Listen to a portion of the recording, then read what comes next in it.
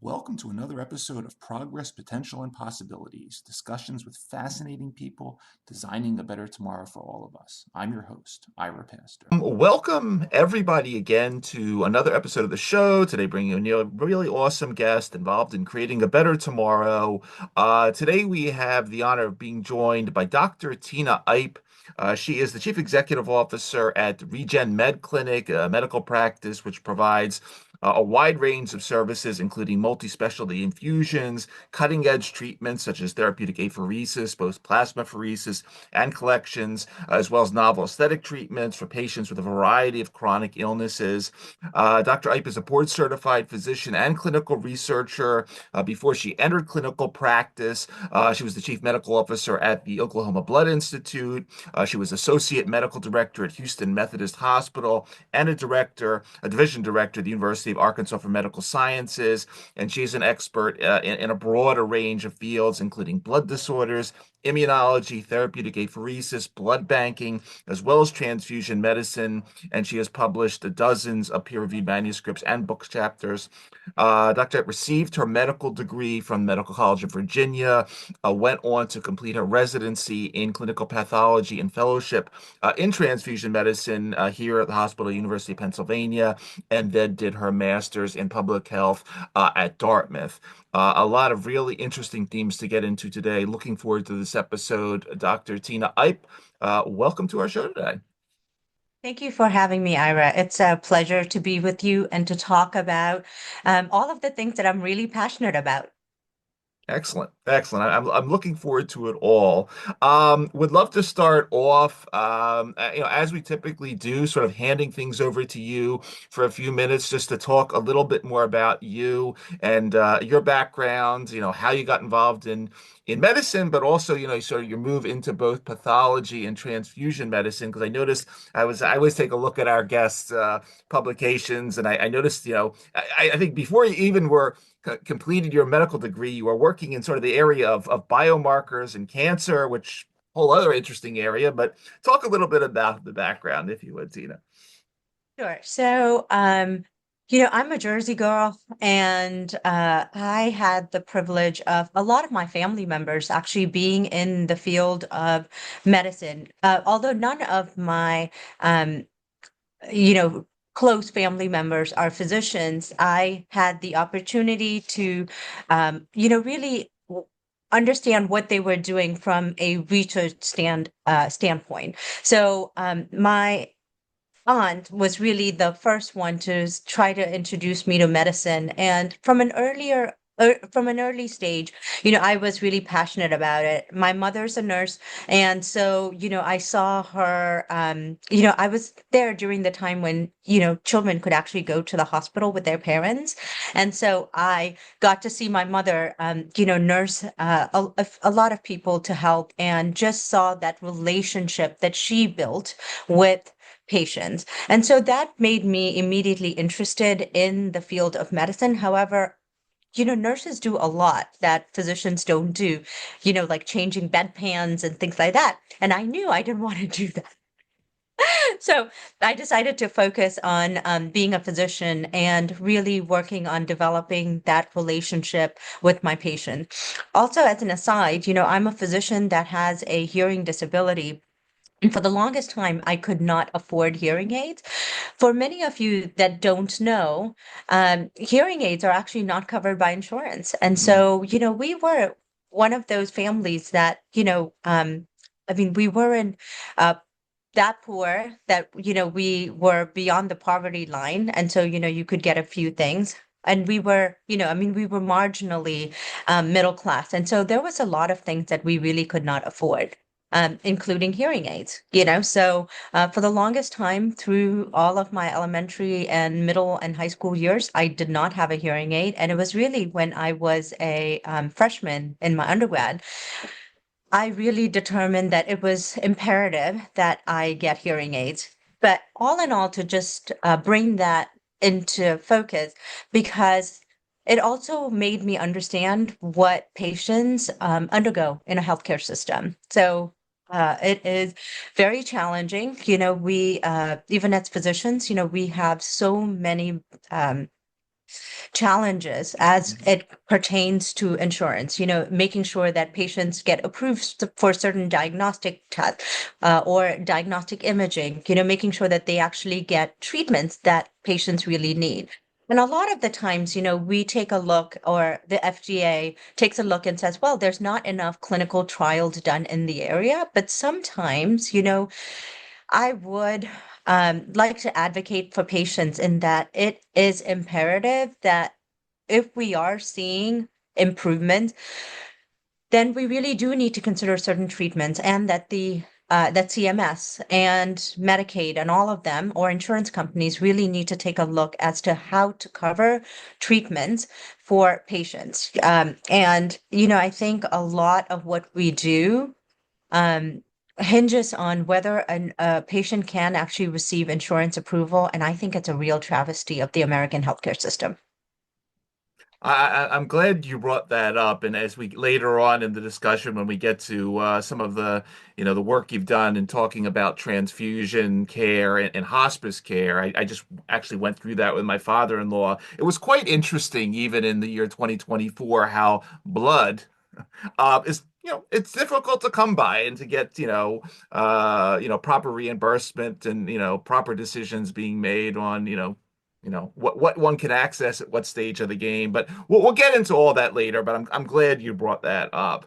I want to start off just with a little chat about blood, because this is sort of the basis for everything that we're going to be talking about. Clearly, blood is the original cell therapy. In this era of CAR T and stem cells and everything, clearly we're a reservoir of all things good, and we no, anyone that took high school biology, we learn about red blood cells and white blood cells and platelets and plasma, but we don't learn much more. But a lot of what sort of has come out in the recent years in the scientific literature shows that this fluid that runs through us is quite a bit more. Whether we're talking about sort of thousands of bioproducts and cytokines and other materials that are in our plasma. I did an episode recently with Craig Venter of Human Genome Project fame, who did a study on sort of the amount of viruses that are floating around in us that we have no idea what they are, but they're obviously doing stuff. As a specialist in transfusion medicine and apheresis and some of these other themes, what does blood mean to you as a clinician? Huh. Because it clearly Right. is so multifunctional.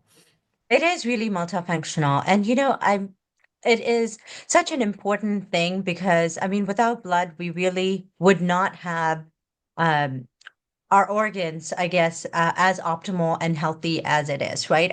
For example, if we have a stroke and there is like blood does not enter our brain, guess what? We have tissue death. Similarly, if we are a patient that has sickle cell disease and we have sickle cells obstructing our kidneys or other organs, guess what? All of those organs are prone to tissue injury and death. And so I don't think people really understand, that the circulatory system is a very advanced mechanism of our body to be able to communicate to different parts of our body, right? For example, as you notably mentioned, in our blood is not only all of the components of blood, which is like white cells and platelets and red blood cells, but within it are also markers, right? Markers of inflammation. There are proteins, that are present in our blood, and all the proteins are our key communicating tools, right?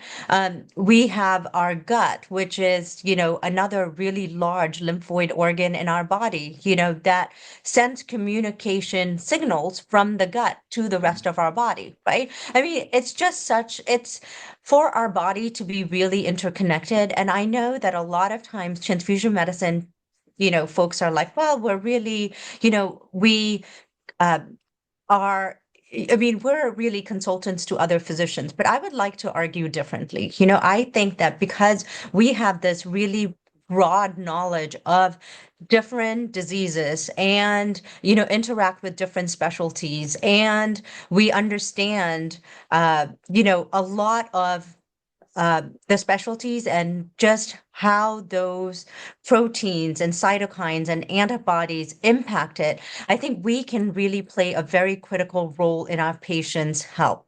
Having said that, I also want to mention that, blood is a very scarce resource, right? So the whole idea that we have donors that are donating blood is just amazing. It's just like our organ donors.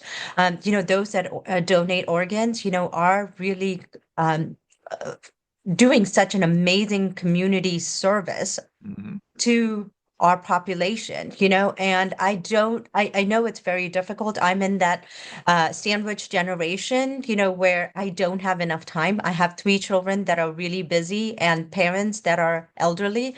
I don't find that I have enough time to go and donate blood. But, I mean, we're so grateful to all of the individuals that go and donate blood on a regular basis. Now, you mentioned something that was really important also, which was about hospice transfusions. Yeah.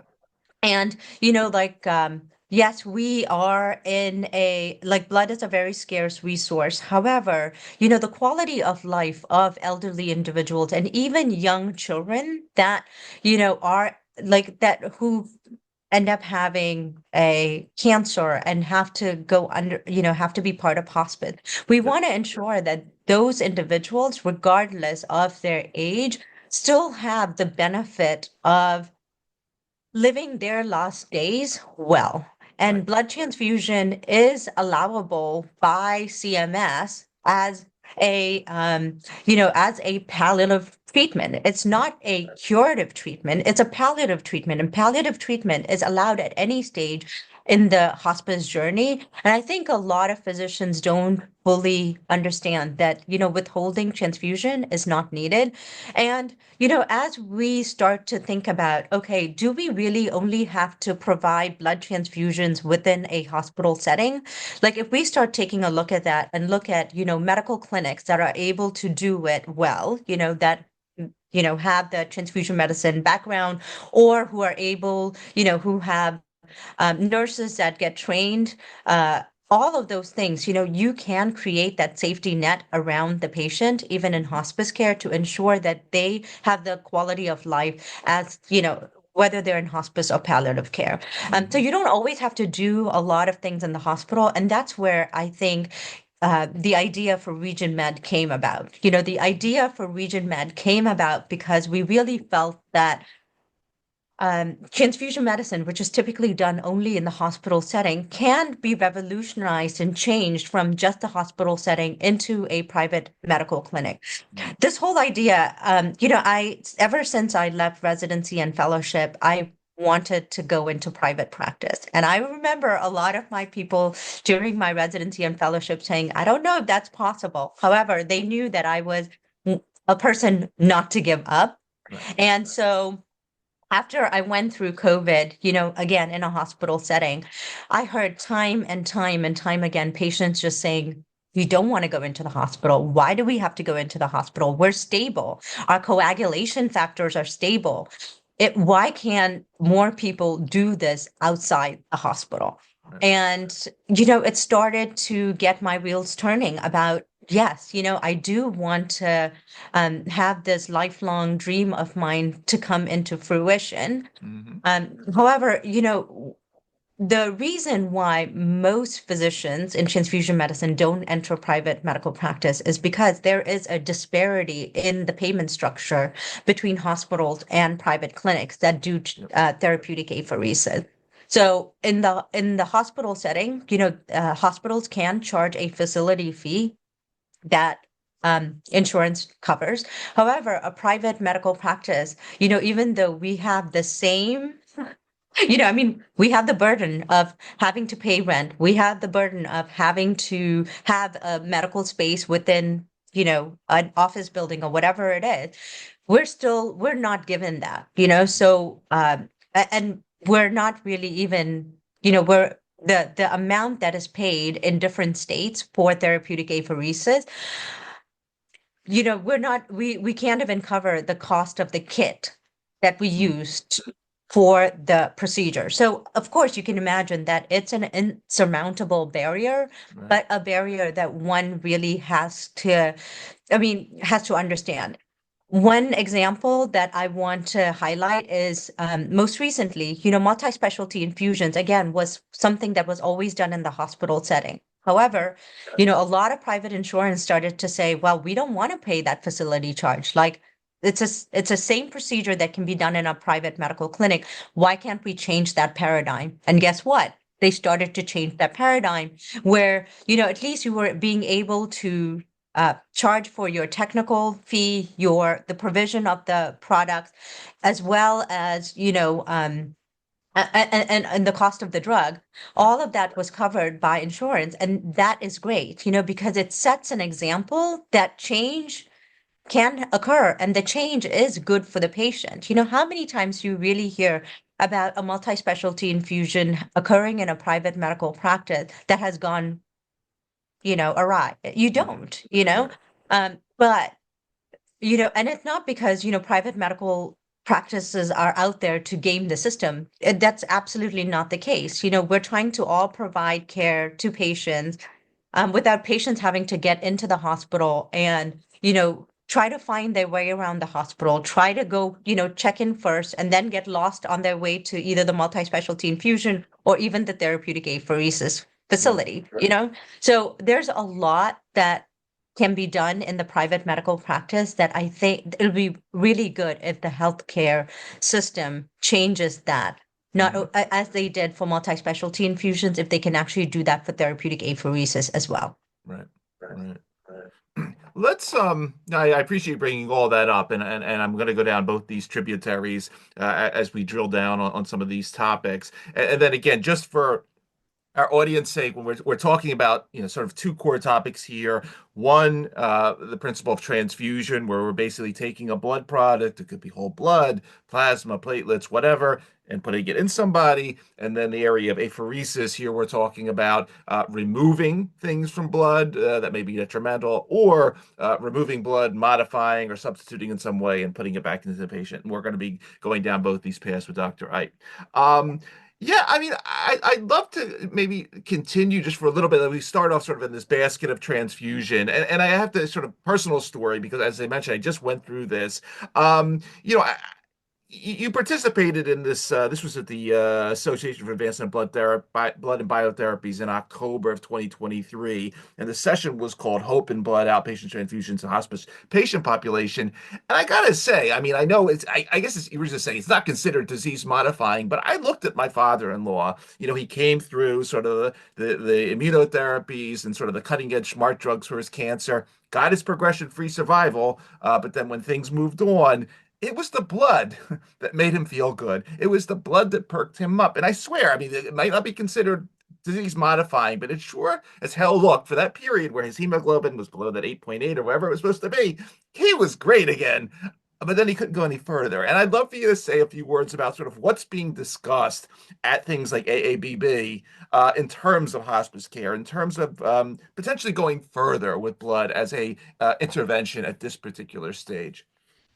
Sure. So, I think, well, when people are undergoing cancer treatments, right, there is a lot of impact on their hematopoietic stem Right. cells. Yep. And, and when hematopoietic stem cells are affected, you affect your red cell lineage, you affect your platelet lineage, you affect a lot of cells that, come from the bone marrow into, the rest of our body, right? So, I mean, the fact that if a patient is anemic, meaning that they have low red blood cell, of course, they're going to be lethargic, right? Their cognition is going to be a little diminished because, again, they don't have the oxygen carrying capacity to, the rest of their body. And when that oxygen carrying capacity is decreased because of the decrease in red blood cell, you're going to have symptoms from that, right? Right. Similarly, when your platelets are low, it is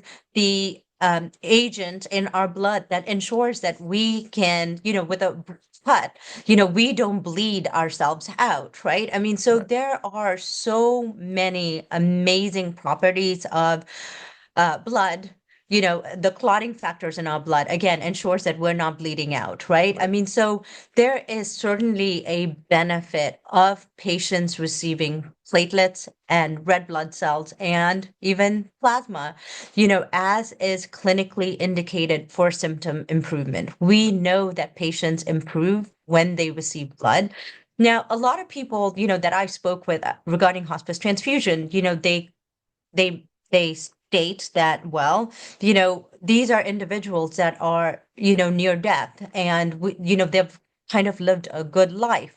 But, I mean, we forget that, there are also children that also enter hospice, right? I Exactly. mean, yeah, and there are, mothers and fathers, right, who again enter hospice. I mean, and it's not for of any of their wrongdoing or anything like that. I mean, these individuals need to be able to have that quality of life, and that's what I'm arguing for. And people say, well, there isn't enough blood, we have a shortage of blood all around. But I'd like to argue that in the same token, we expire blood products all the time, Right. right?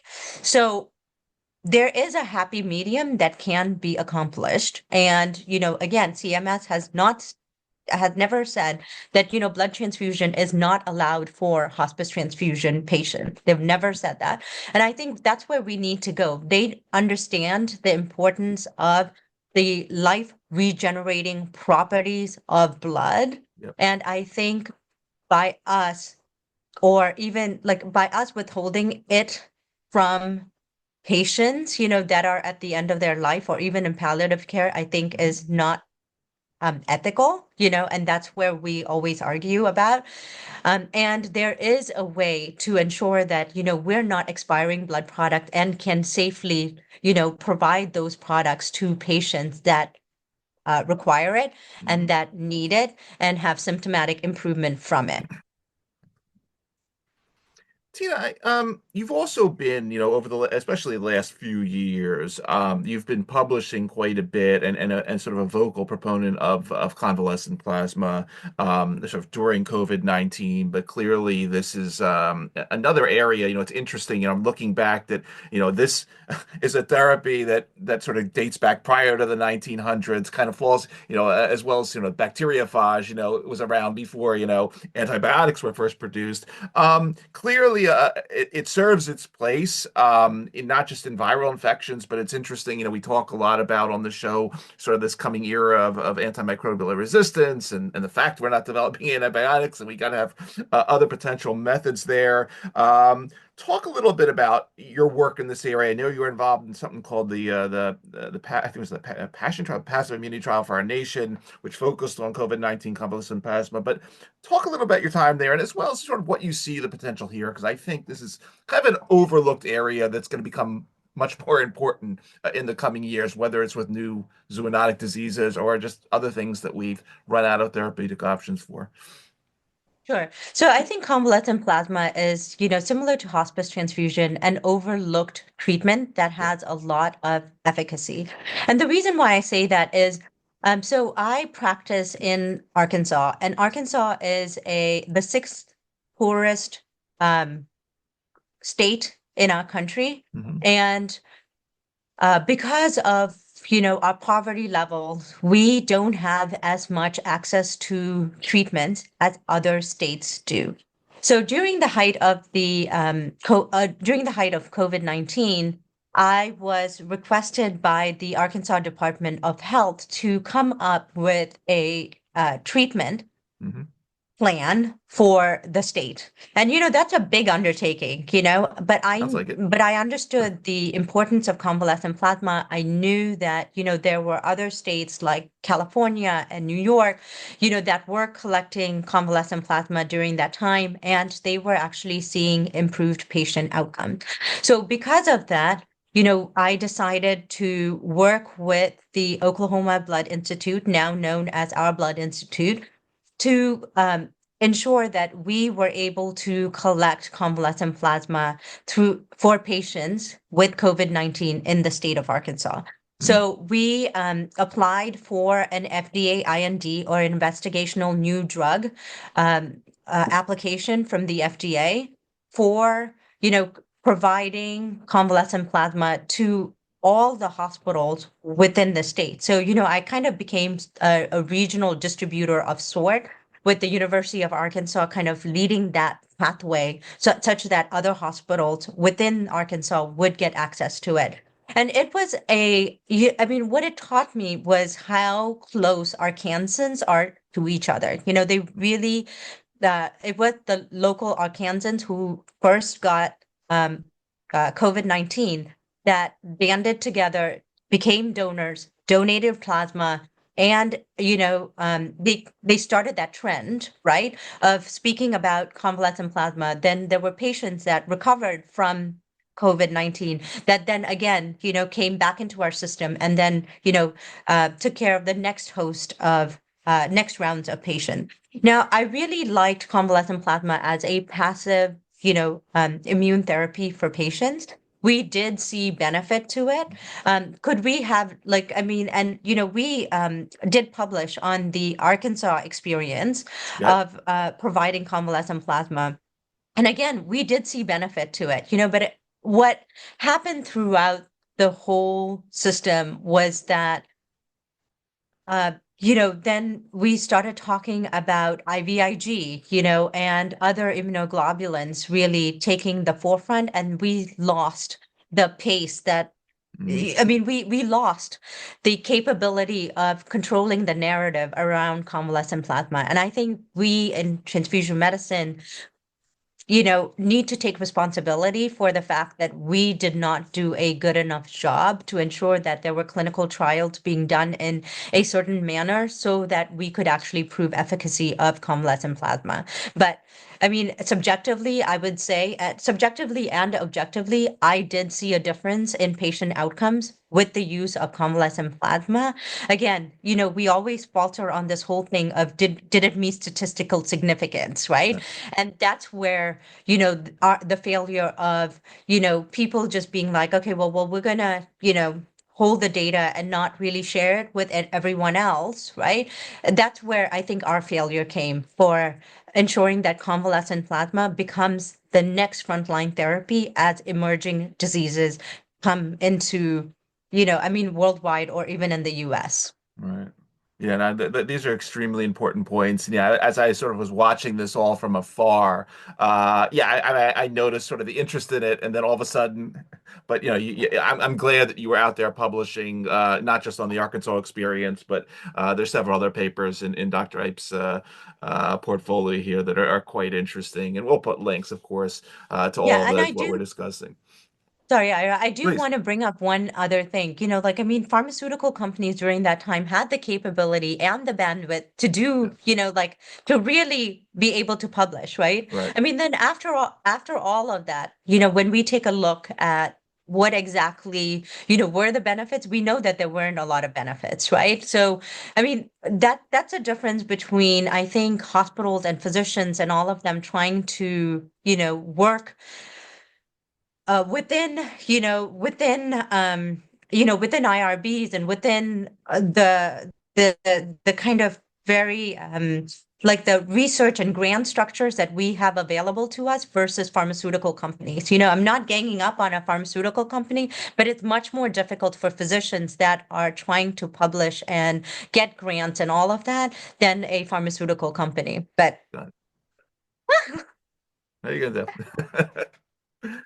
So yeah, let's hop over from transfusions to apheresis and specifically the category of therapeutic plasma exchange, because here we are on one hand going through the process of removing materials from a patient's blood via something known as an apheresis machine, and then returning that, as well as potentially putting some substitute replacement fluids in, like albumin and so forth. And you can take us a bit through that. Again, I've noticed here, Tina, you've been working, extensively on a wide range of possibilities of so-called TPE. I noticed papers in your dossier in terms of an amphotericin B overdose situation, in terms of patients with the thrombocytopenia that from too much heparin. Great, I understand that. And then on the other end, you've looked at TPE from pediatric neurological diseases, something known as neuromyelitis optica spectrum disorder, myasthenia gravis.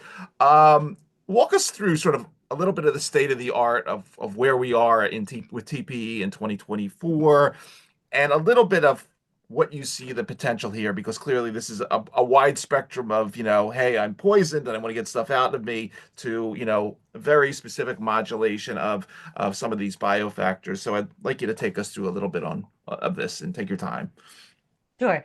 So that's as you stated, it's a broad Yeah, topic. So I will be going through, piecemeal through it. So let's please. first talk about therapeutic apheresis. So therapeutic apheresis apheresis comes from the Greek word, which means to remove forcibly.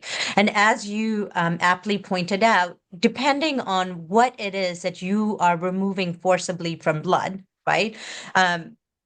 It has a different terminology. So, for example, if I talk about the umbrella word of therapeutic apheresis, it encompasses a lot of treatments. So, it includes therapeutic plasma exchange, also known as plasmapheresis. It Mhm. includes red cell exchange. Again, I'll talk a little bit about it, but in a nutshell, it is the removal of, you know, um, disfigured or sickled red cells from your Hmm. blood. Then Yep. you have cytopheresis, which is the removal of white cells or platelets or one component of, Hmm. a one cellular component from the whole component of blood. Right. So it just depends on what it is. And even then, we have lipoapheresis, which is, or lipid apheresis, which, focuses, it's a selective removal of LDLs from our blood. So, LDLs and VLDLs and all of that from our Yep. blood. Again, it's a very selective process. So therapeutic apheresis is so broad and, targets different parts. So extracorporeal photopheresis focuses on immunomodulation, Yep. where we're inducing change or inducing change in white cells. Hmm. Um, so it's such a broad topic, and I'm really excited about it, and I'm excited about it because of not only how long it has been. So therapeutic apheresis in general has been around since the early 1900s. And, it was first done manually, and now, we certainly have moved from the manual process of removing blood and then, centrifuging it and then, dropping it back into the patient to actually having a machine that removes whatever component that we're interested in, right, in Hmm. piecemeal. So it's not like, we're completely, like when we do a therapeutic plasma exchange or plasmapheresis, we're not taking the whole blood where that patient is, kind of left a little bit alive. No, we're just taking parts of their plasma into the machine, and the machine has a centrifuge, and the centrifuge, based on the specific gravity of the component, is able to just selectively remove that component. So Hmm. again, when we talk about therapeutic plasma exchange, we just focus on the removal of plasma. And Okay. therapeutic plasma exchange actually is performed about 75% of all apheresis procedures done in the hospital or outpatient settings is Hmm. actually therapeutic plasma exchange. And you can do therapeutic plasma exchange for many, many diseases, ranging from hematology procedures to neurology procedures to actually diseases, sorry, not procedures, but neurological indications or conditions, hematology conditions. We have hepatology or liver conditions. So all of that, we can improve patients and improve their outcome by doing therapeutic plasma exchange. So the reason why I'm so focused on therapeutic plasma exchange is one, it's one of the treatments that are done most frequently, but it's also one that you can do for the most number of conditions. If you do a red cell exchange, you're really doing it for individuals that have some issue with their red cells, namely sickle cell disease. And of course, it has really important benefits for those that are suffering from sickle cell disease, right? You're removing the sickle cells and, making sure that they don't end up having a stroke or, they don't have organ failure or death. Those are all very important things for those that are suffering from the disease. Now, we can also remove just white cells. If someone is a leukemic, and all of a sudden has a high white cell count, right? High white cell count again can cause sludging in the blood and cause a patient to die and have stroke and have organ failure and death. Those are all things that, we can actually help by doing this process called, like white cell depletion. Again, falls under the cytopheresis. You remove the white cells and then you can give whatever medication, oncology medication to help improve them. Similarly, the reason why I'm such a huge advocate for therapeutic apheresis is that when you do a therapeutic plasma exchange, and say, for example, in the case of a patient that has a neurological disorder such as myasthenia gravis, one of the many neurological conditions that I have written about, or neuromyelitis optica, what you are doing is you are kind of doing a oil change in the patient, right? You're removing the antibodies from the patient's blood. Of course, you have to do multiple rounds of it if they're in their acute phase or and differently when they're in their chronic phase, right? But when they're in their acute phase, you're removing all that antibody burden from the patient. And when you remove the antibody burden, not only are you decreasing their symptoms, you're also doing another thing, which people don't really focus on. You're allowing for whatever adjuvant medication that you are giving the patient, you're allowing it to be more efficacious. And Ira, you must ask, well, why is that? Well, think about it this way, right? So the antibodies that are present in our blood go into, like they go through from our intravascular or within our blood, right? They are able to then travel onto, like, for example, in the case of myasthenia gravis, they go to our nervous, they go to our nerves, right? And then these antibodies bind receptors on our nerves, right? Blocking the nerve from functioning as it should, right? When you remove the antibody from, the nerves, guess what happens, right? You are opening up the receptor even for the whatever medication that you're providing the patient, you're allowing for that receptor to be used in a different way. And that is what, therapeutic plasma exchange does, is that it has a real remarkable role in immunomodulation, and it does it without a lot of the side effects of different medications, right? So medications traditionally have to be metabolized either by the liver or, the kidneys, right? Guess what? You don't have that with therapeutic plasma exchange, right? When we do an exchange, we traditionally do it with albumin, especially if the patient doesn't have any coagulation deficiencies, right? And we're not putting them at a bleeding risk. It's okay to do it with albumin. And the reason we do it with albumin is because we want to ensure that the oncotic pressure within our intravascular space, or like we want to make sure that the pressure within our blood vessels are appropriate, right? So that's the only reason why we use albumin as the along with saline, to ensure that the pressure within our blood vessels are always retained. Now, one of the things that, we are exploring in our clinic is not just the use of therapeutic plasma exchange for disease indications. We're kind of pushing, right? We're pushing medicine one step further. We're saying, okay, we know that medicine just focuses on using treatments once a patient has a disease, Okay. right? I mean, we're always like, but we never talk about prevention. Yeah. Like, what about trying to prevent an illness before it occurs? And I do think that therapeutic plasma exchange does have uh, I mean, it's a safe procedure when done by technically trained individuals that it should be explored as a preventative treatment for patients. Case in point, when we talk about longevity medicine, right? Yep.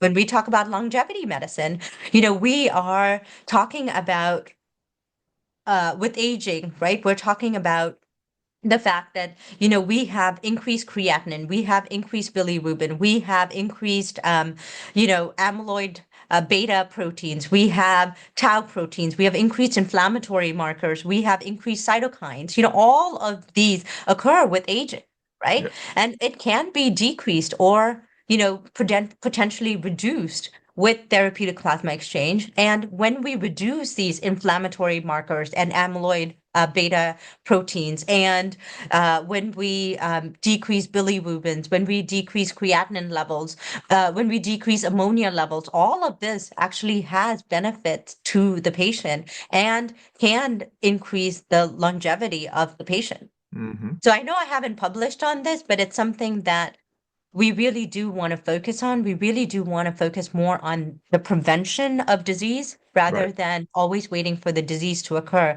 and, saying, oh, well, how about we now take care of the patient? Mm-hmm.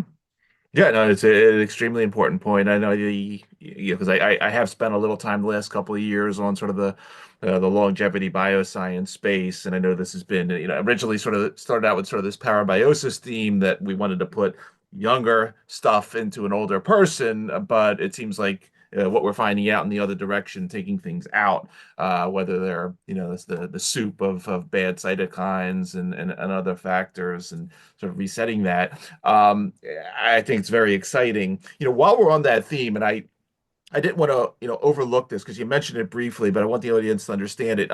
You mentioned the concept of photopheresis, and I noticed in your dossier, this was back in 2015, you did this study. You were involved in a paper on photopheresis and autoimmune diseases, and here again, we're talking about taking out, and then in this particular case.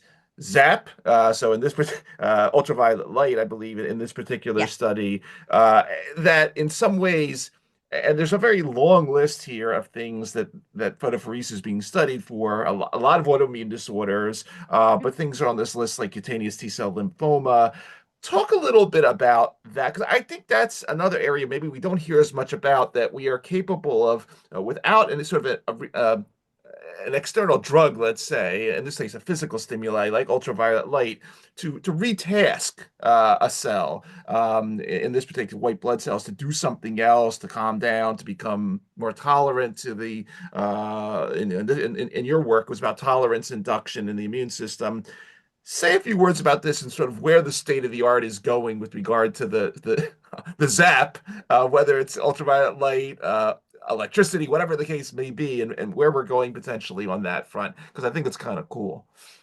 Yeah. So, extracorporeal photopheresis is a very important treatment is that again falls under the whole apheresis spectrum, and it's a little different, where the traditional apheresis procedures involve using a centrifugation or a centrifuge, right? That is within the machine to remove items based on actually components based on their specific gravity. What occurs in extracorporeal photopheresis is that we are adding a photosensitizing agent, Yeah. like amsocillin or Mhm. into the chamber where we have the white cells. And once we add this photosensitizing agent, we do exactly what you said, which is we zap them with ultraviolet light. And when we do that, we cause a intercalation of the DNA where it renders the white cell ineffective. Mm. And when that occurs, when we do that, there's sort of like an immunomodulation or a retraining of our immune system that occurs during that time. Again, we can't do it for every white cell, but a large portion of the white cells do end up getting zapped in this process. And when it gets zapped, it actually causes retraining of the immune system. And it is used in graft versus host disease, when an individual undergoes an organ transplantation, those individuals that have undergone bone marrow transplant, all of these things, we are able to cause a re-education of their immune system so that the patient doesn't have, this constant effect of undergoing a transplant process. However, transplantation is one part of it. Autoimmune disorders, one where our own cells are attacking, organs in our tissues. Again, that is what we're trying to do with ECP is cause an immune training of Mhm. it. Again, it's a procedure that currently is really done in the inpatient and hospital setting.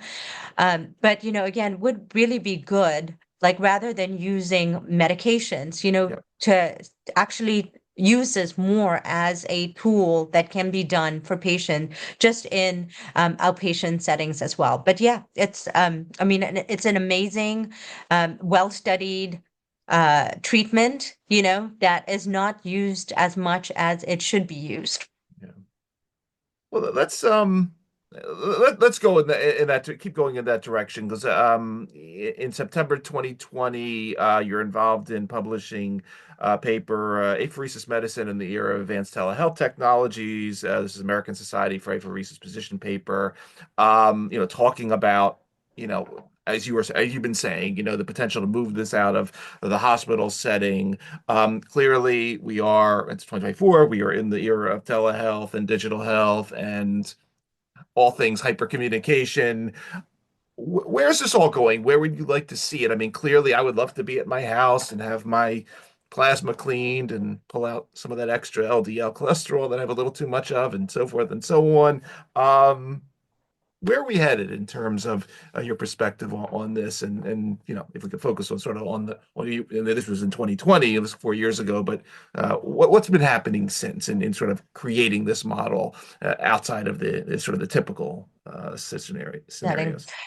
Well, that's a really tough question. And it is tough because, even though like we are trying to move medicine to become more cutting edge, there is a lot of regulatory and legal and financial and I don't know, so many barriers to actually moving, what we stated in that paper. And moving actually even apheresis into an outpatient setting. Mm. Now, I know that there are clinics that are around in the US, that have moved apheresis from the traditional setting of a hospital more into the outpatient setting. California especially and Colorado. Those seem to be the two places that seem to have been able to move it. Now, Mm. the way Regen Med is a little bit different from the other clinics is that, for the most part, those clinics are doing it as a direct bill to patients, and we're trying to do it more as a let's figure out or let's try to be able to convince CMS to increase the reimbursement of true outpatient non-hospital associated treatments. Hmm. Let's try to figure out how to increase that reimbursement. So, Right. I have been part of the American Society for Apheresis Reimbursement Committee so Okay. that we could try to move, or keep pushing that reimbursement model so that it is equivalent in the hospital as well as a true outpatient facility that is not associated with a hospital. Hmm. And we haven't really made I should say that we have made very small incremental changes, right? So for example, in 2023, I believe, um, a company by the name of Terumo BCT actually wrote Right. to CMS and requested that that we take a look at, for example, the nursing technical fees, of increasing the cost to increase the cost or reimbursement, to cover this cost of treatment, Mm-hmm. and also an increase in the kit price, so that Okay. again, we could increase, yeah, I mean, we could actually cover the cost of doing these procedures. Now, again, when CMS did it, they really have no clinic that has done it in a true outpatient setting. So they were not able to make the change that they did for an inpatient hospital reimbursement Mm-hmm. situation and be able to translate into an outpatient reimbursement situation. Again, so we're the very first clinic that is going back out to CMS and saying, hey, we're a true outpatient facility. We want to change how medicine is conducted. Um, you know, and one, we would like you to see that because it's being done safely and efficaciously and patients are improving, we would like to get the same reimbursement that you're providing to the hospital to a true outpatient facility. I think Mm-hmm. that is, the right direction for us to go in. And, but we're still a far ways from it. Like for example, in Arkansas, if I did a therapeutic plasma exchange that traditionally cost just with the kit and everything, cost about 3,000 to $3,500 to do. I'm only getting reimbursed $500. Mm-hmm.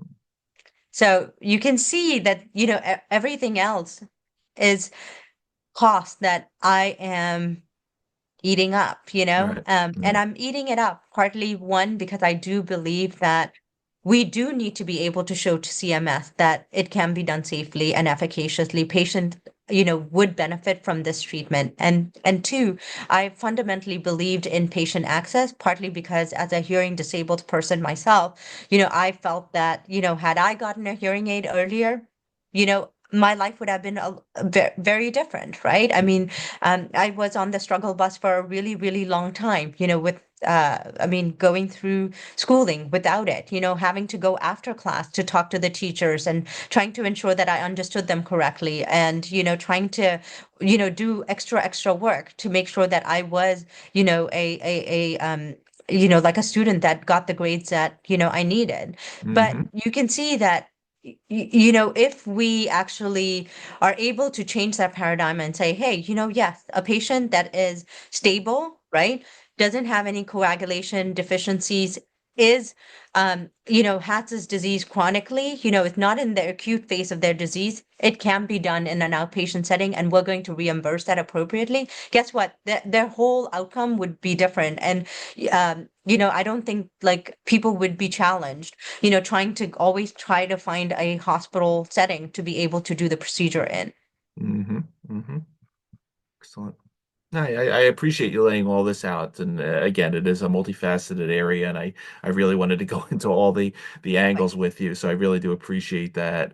While we're again, we've been talking a lot about the U.S. and we've been drilling down in Arkansas. Could you say a couple words? I know you also wrote this piece. This was just last year in April on the situation and with regard to transfusion medicine research in Africa.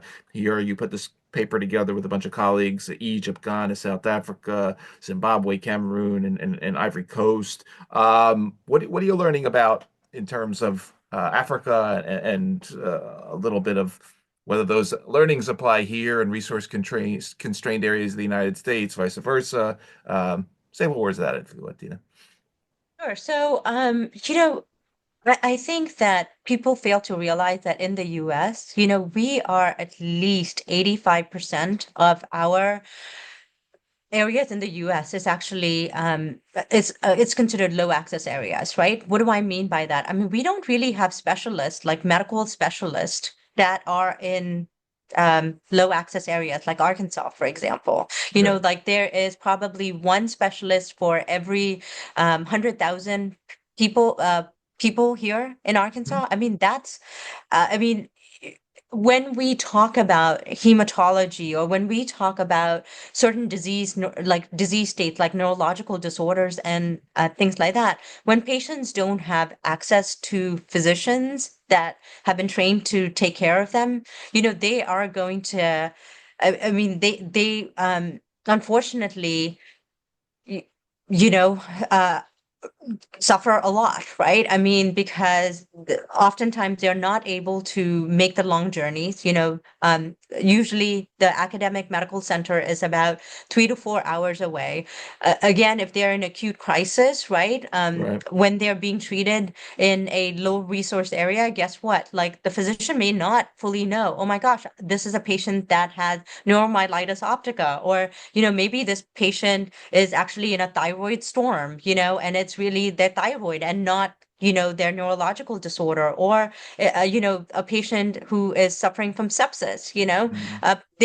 they may not understand all of that. And, the time delay to that patient actually getting a referral to an academic center, then finding a physician that is a specialist in that area, all of that, it actually adds to the medical cost of, even in the US, right? So Mhm. there are low resource areas in the US, and 85% of the US is actually considered a low resource area. Mhm. I know that it is hard to believe, and then blood deserts are very predominant in these low resource areas, right? For example, how long can you keep a platelet on the shelf, right? You can literally only keep a platelet on the shelf for about 7 days, right? So imagine if you are a farmer who gets your arm cut off, right? And you are bleeding, and the closest hospital doesn't have the platelets that you need, or the number of platelets that you need. Again, it's a huge,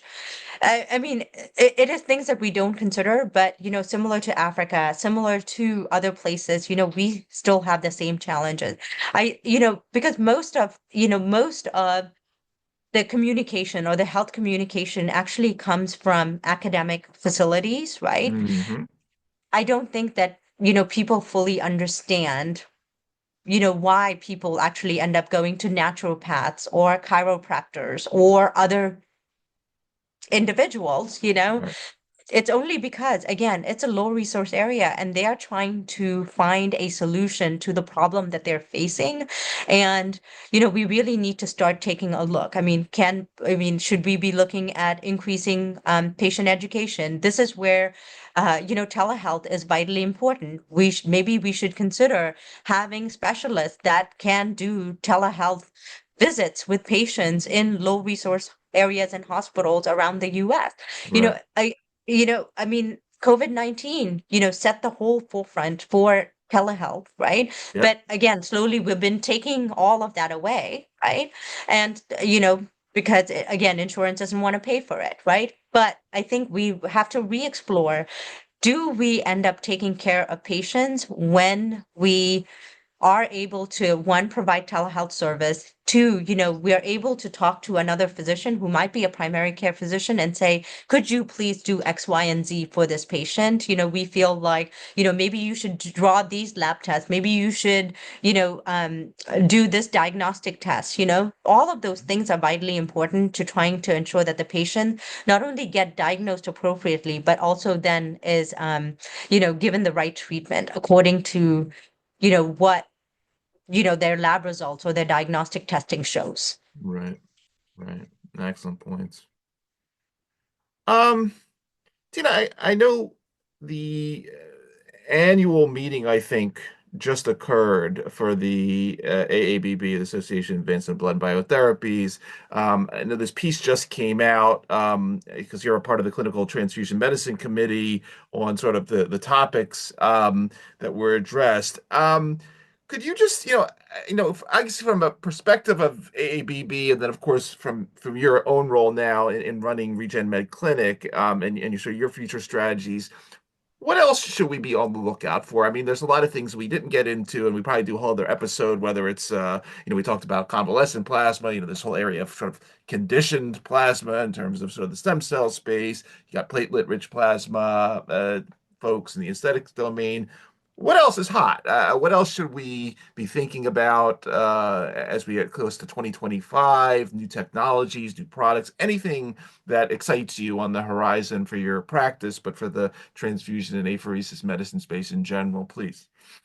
Sure. So I will tell you a few kind of topics that have been that I've been working with and trying to really understand better is one, this whole concept of young plasma, right? So Yeah. there's a lot of clinics in the US that are focusing on young plasma, or even research that are being conducted uh, on, well, not so much on people, but in mice, right? Right. And like there are some influencers, I guess, like Brian Johnson, who Oh is yeah. who got exchanged blood from his 17-year-old son. It all seems like really good ideas, right?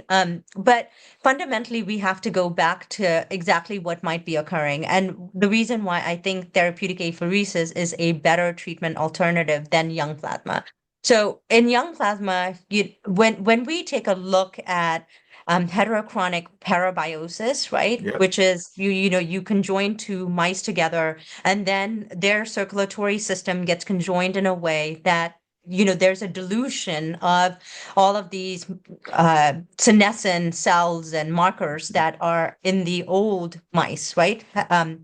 That is occurring. So when you do that, I would argue that it's more a dilution of the markers, and that Right. is why you are seeing an improvement, for example, in you're seeing an improvement in cognitive capabilities of the mice. Now, what is really difficult is trying to translate mice studies into human studies, right? So while it seemed like a really great idea, when you try to translate it, you can imagine the difficulty, right? So even just 8 weeks of a conjoined mice translates into about 12 human years. And I can't imagine anyone for the life of them trying to get young plasma for 12 years. And like, how do we do it? Do we do it every month? I mean, Right. do you do it every week? I mean, there's so much of like, while I love the fact that we are constantly trying to push the boundaries of medicine, there's so much that we like fully need to understand before we get onto that young plasma bandwagon. Right. However, I would like to advocate for therapeutic plasma exchange, right? I mean, it's a procedure that, again, been around since the early 1900s. We know that it can be done safely and efficaciously if it's done by technically trained individuals who know exactly what they're doing. Um, but it does the same thing, right? I mean, we are increasing the albumin, which traditionally decreases in the older population, and we're decreasing, things like immunoglobulins, right? Like, for Yep. example, IgG is known to be pro-inflammatory, especially in aging individuals. And then you're doing things like, decreasing inflammatory markers and stuff. What would really be good is, therapeutic plasma exchange is a relatively non-selective procedure, though, right? We're Right. removing any protein that's greater than 5,000 kilodaltons out of the system. And that also means that we impact the coagulation parameters, right? So Mm. we are decreasing the clotting factors of individuals when we do this. Of course, a patient that is doing it for longevity medicine is not put on the typical protocol that we do for someone who's in an acute crisis, right? So we Mhm. don't do it once every well, we don't do it once every other day, right? For a when a patient is in acute crisis, we're trying to do at least 5 procedures once every other day, and then trying to move them to at least twice weekly and things like that. However, when we're doing longevity, we don't really know what the appropriate protocol is, right? I Right. mean, that's the one challenge for longevity medicine is we don't know what the appropriate protocol is. While we do know that there is benefits to doing it, we don't know what the appropriate protocol is. So more research, right? In this arena where we are actually doing the procedure safely would actually be of benefit to patients. Now, the other thing that I want to highlight is as a clinic that also does aesthetic procedures, Right. when you take a look at regenerative medicine in the aesthetic space, there's a lot of talk about exosomes. Right. Yep. Again, right? It is the wild, wild west. Like a lot of people are like, well, I mean, we can get exosomes from plants. And of course, we can get it from umbilical cord blood. Right. Umbilical cord blood, has a lot of risks, right? I mean, similar to young plasma. I mean, do we know the infectious disease markers of either the young donor that is donating the blood, or Hmm. do we even know the infectious markers of the mother that, uh, that gave the umbilical cord, right? Either Right. for research or for developing products from it. Those are the important things. And, again, you need ultracentrifugation to get exosomes.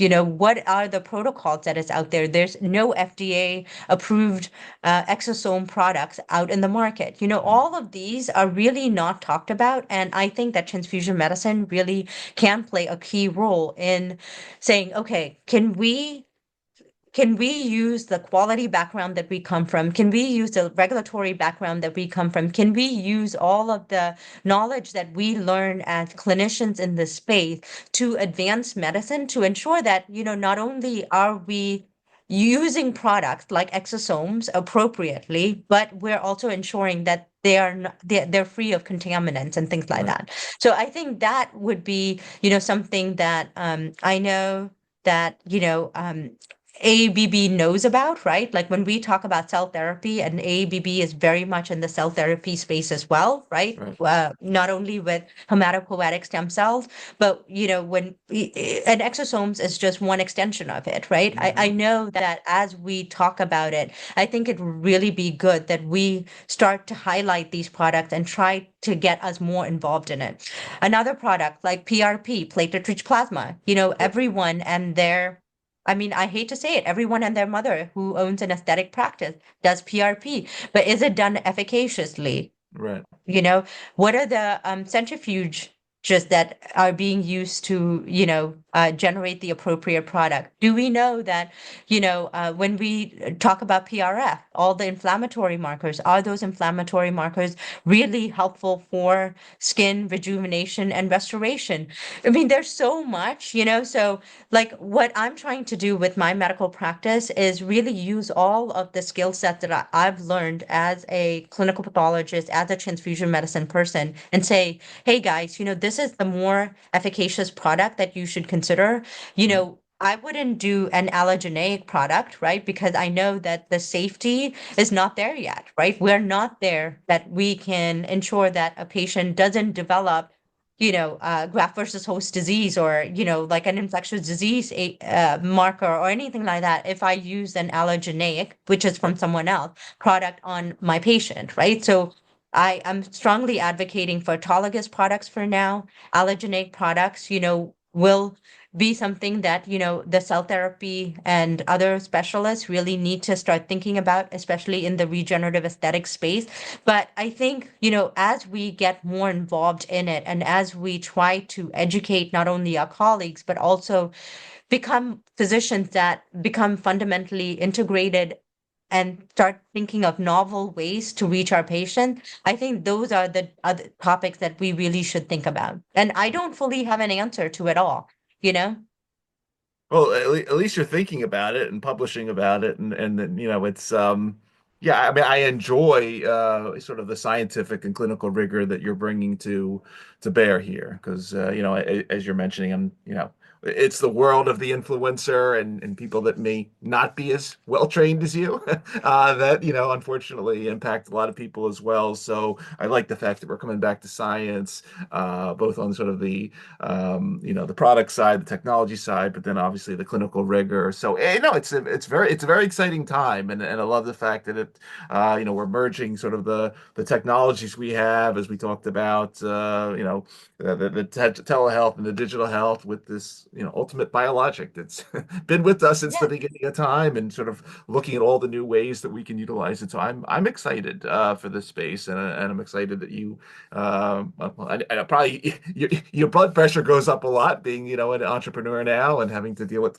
all the other issues that come along with it. But it's a really cool space, and I'm just, I enjoyed, this discussion with you.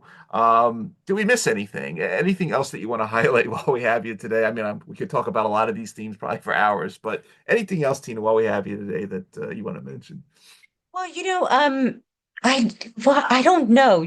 I felt like I rambled a lot. No, not at all. And it's really hard because I'm so deeply entrenched right now with, trying to build the practice, right? Right. That a lot of my focus is like, how do I do that? So I don't know if I covered the other topics appropriately, but I would love to, I don't know. Yeah, I mean, Um, I think you did an awesome job, and I think we should probably do a follow-up in a year or so to see how things are going and where the science and technology is progressing. But I really enjoyed the discussion, and really wishing you and your team there at the organization the best with it as you move these technologies beyond the hospital setting into the private medical clinics, and yeah, really rooting you on. And again for everybody that's going to be listening to this episode of our show across the various podcast networks or who will be watching on the YouTube channel. Again, you've been spending time with Dr. Tina Ipe. She is Chief Executive Officer, Regen Med Clinic. We will put a link, obviously, in the bio of the show, but doing really amazing things on the transfusion medicine and apheretic medicine fronts. Tina, again, I want to thank you for taking the time out of your schedule. We had a nice long discussion. Obviously, thank you for everything you do there to move the science forward. And as we like to say on our show, thanks for helping to create a better tomorrow for really millions of patients out there that will need these technologies. Really a great story. Thank you, Ira. You know what? I just realized I do want to say one thing. Is it too Please. late? No, no, no. We're Okay, still so recording. Okay, Please. so one thing I did want to mention is that, one of the things that, I'm a huge advocate of therapeutic apheresis. And the reason why I am is, for the longest time, uh, we took a look at therapeutic apheresis in the Alzheimer's population, right? Yep. Like with the AMBAR study and things like that. And Yep. when it was done, it was actually always, noted to, I mean, people kind of didn't believe in the science of it, right? I mean, because again, a lot of what we do sometimes is based on subjective patient outcomes and not truly, like, we don't always have the objective clinical data to say, okay, yeah, this clinical data is clinically significant in improving the cognition of the patient. Because Right. again, the body is very, I mean, it's a complex, people forget that the body is so complex, right? Yep. But, if you take a look at the number of years that the American Society for Apheresis kind of struggled with the idea of, including Alzheimer's disease into our clinical guidelines, and now they Hmm. have done so, right? It goes to show that, yeah, sometimes it takes a long period of time, but just because you're on the cutting edge of something doesn't mean that, you need to look down upon it. Like I will tell you that even before the AMBAR study came about, we would do about 75% of our therapeutic plasma exchange on individuals that had neurological disorders while I was at, the hospital in Houston. And during that, what I would notice is, the cognition of my patients that were elderly, dramatically improved. And I remember always talking to my neurologist and saying, I don't understand this. And they would be like, well, I mean, there is vascular benefits from Of doing it, course. right? I mean, you're removing some cholesterol, you're removing, these inflammatory markers, you're kind of doing that oil change that seems to be so beneficial, and they seem to have that cognitive improvement. And I will say, from that moment onwards, like I just, became a firm believer. And that is why, I really feel like, right now, when we take a look at longevity medicine, people are like, oh my gosh, like really, like, why are we going to do something like that? And I would like to advocate for the fact that there are improvements seen in patients. And we can't just automatically say, okay, we shouldn't do it. If it's being done safely and patients are seeing improvements, I think we should always push medicine forward by advocating for things that we may not always see all of the objective data. And sometimes it's hard to, do a clinical study or a clinical trial, right? I mean, Right. how much of us can actually get grants and things like that? But Right. that shouldn't prevent us from advancing medicine. Yeah, no, it's an awesome point. And again, coming back to the longevity medicine theme and sort of this concept of health span that we've been chatting about on past shows. Yeah, I mean it falls right in there because the pharma industry hasn't done too well with Alzheimer's, and as we are well aware, that wave of a problem is going to be hitting society in ways that we don't understand. So I'm glad you brought that up as another very important theme to what you're doing. But again, awesome show, and I look forward to doing a follow up with you and wishing you the best with the practice. Thank you. Thank you. And I do have someone who is absolutely fundamentally knowledgeable about extracorporeal photopheresis. I have limited experience in it, but I do have a colleague who is just as amazing, is such a skillful speaker that you would enjoy getting to know her too, Ira. Okay, we'll set that up after the show. Great having you. But thanks again. I really appreciate you. Please do your best to make me sound intelligent. That'd You be you great. you were awesome.